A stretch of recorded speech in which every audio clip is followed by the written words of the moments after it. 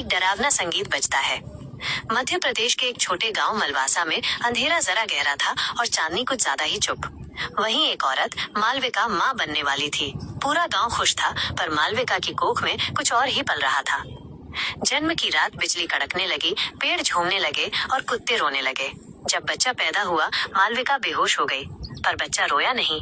वो बस देखता रहा, शांत, पर निगाहें शून्य में टिकी हुई। अगले ही दिन अजीब घटनाएं शुरू हो गईं। मालविका का दूध सूख गया, उसके शरीर पर नीले निशान उभरने लगे। रात को खाना बनता, पर सुबह तक गायब होता और मालविका हमेशा भूखी रहती। बच्चा दिन में सोया रहता, पर रात होते ही अलमारी में, छत पर बिस्तर के नीचे घूमता और जैसे ही कोई देखे वापस मासूम बच्चे की तरह आंखें मूंद लेता। गांव में सबको लगने लगा मालविका के घर कुछ है। तभी एक दिन गांव में पहुंचा बाबा सूर्या शराबी, एक पुराना तांत्रिक जो ज्यादातर वक्त नशे में रहता था, लेकिन जब जागता तो आत्माएं कांपती। वो सीधा मालविका के घर गया।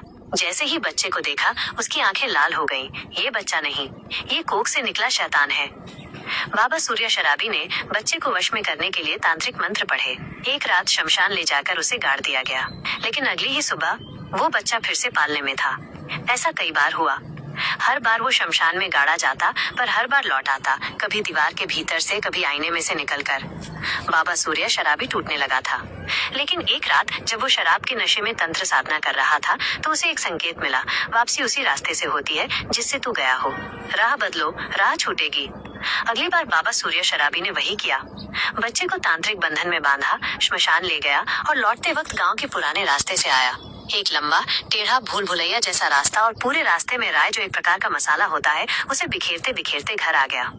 इस बार बच्चा नहीं लौटा, क्योंकि राय पर मंत्र फूके थे, जिससे शैतान को सभी राय के बीज उठाकर उस रास्ते पर चल सकता था, नहीं तो वही भस्म हो जाता।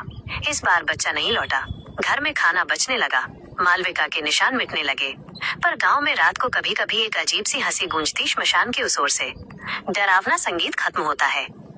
शैतान की कोक भाग 2 जरूर देखिए, जिसमें कोक के शैतान की शादी हो जाती है और उसके एक बच्चा होता है जो जन्म के समय बाबा सूर्या शराबी को क्यों बुलाता है।